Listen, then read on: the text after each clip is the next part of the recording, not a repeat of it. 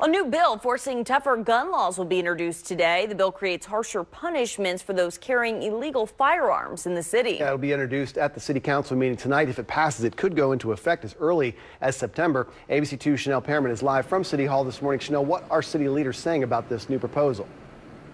Christian, Ashley, some took to Twitter to express their thoughts on the bill. Just a lot of mixed reaction coming from city leaders. In a tweet, Councilman Eric Costello says he supports this new bill and notes this in no way impacts individuals legally allowed to carry a firearm. Mayor Catherine Pugh and Commissioner Kevin Davis are among the officials in support of this bill, despite some doubts from other city leaders who feel as though having one hard and fast rule might not be the best course of action.